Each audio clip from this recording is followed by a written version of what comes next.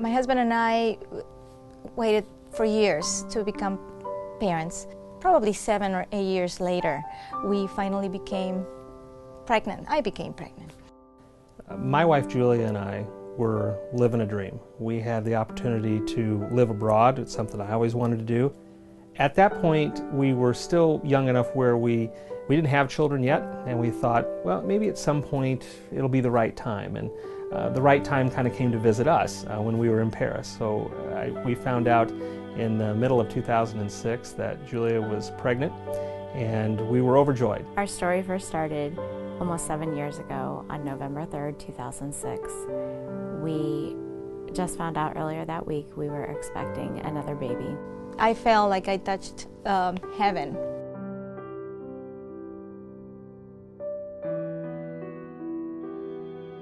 It was April 2007, and things were going well. We were naive, if you will, considering what happened. We'll never forget the day when everything came crashing down on us. It was December the 10th. It was early in the morning, and Julia hadn't felt any movement from the baby the night before. She had experienced a decrease in the number of kicks that she felt, and so we came to the hospital and we met at the emergency room for the OBGYN group at that time. I think through the 13th or 14th week, I went through just a regular ultrasound, and the doctor just couldn't find the heartbeat. 5 in the morning, and looked at each other and said, well, did you feel anything? No, I didn't feel anything. Well, should we do something? And we were able to get in a taxi, and we went to the hospital, and we're waiting for the doctor to meet us there. But while we were waiting, they went and did an ultrasound. And I saw when the wand went over and showed the heart, and the heart was still. The attending physician came and basically broke the news that he couldn't identify the heartbeat for Samuel. And so at that moment, time changed forever, really, for us.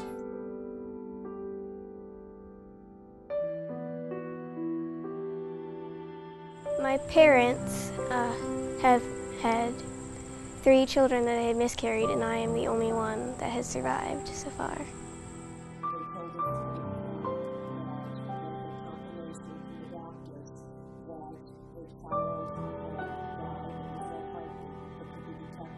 That was the worst 24 hours of our life. We were told to go home and wait for our baby's heart to stop. I saw my wife do some of the bravest things that I've ever seen anybody do. On December 12th in the afternoon, she delivered Caroline, stillborn. So we decided to come back the next day to deliver Samuel.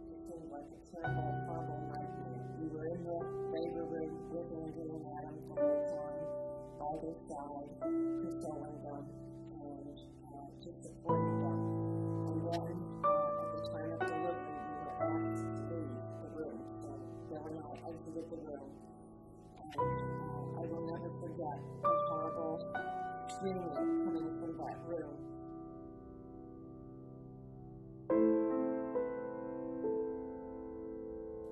I'll never forget the feeling of pain and anguish and disappointment and loss and hurt and anger.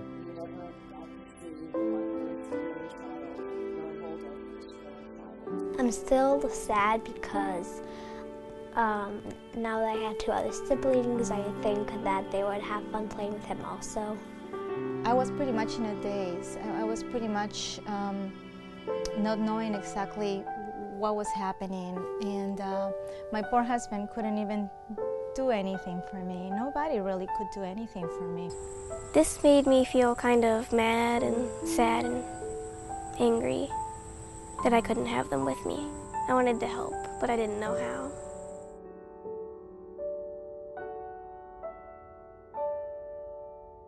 We got the news we were expecting again.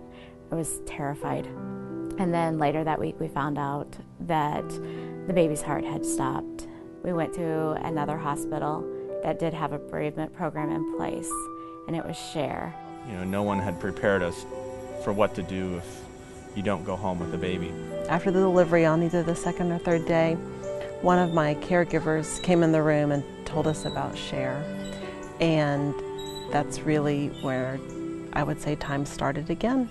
And I remember Julia getting on the phone and talking with who knows who answered the phone at Share that day. We're thankful that somebody answered. Dealing with the grief and dealing with the unhappiness and sadness that goes along with it sure helped a lot in terms of helping us understand it, deal with it, to help Adam and Andrea and the rest of our family as well.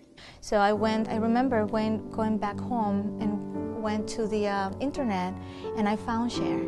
And I think since the very beginning, since my very first experience was just the incredible amount of information and resources. But I think that Share showed us so much. It gave us a way to grieve and people to grieve with and ways to express that grief. It gives us a way to remember Samuel because we feel very strongly that we do a lot of stuff for our living children, and it's very important to us to do something for our butterfly.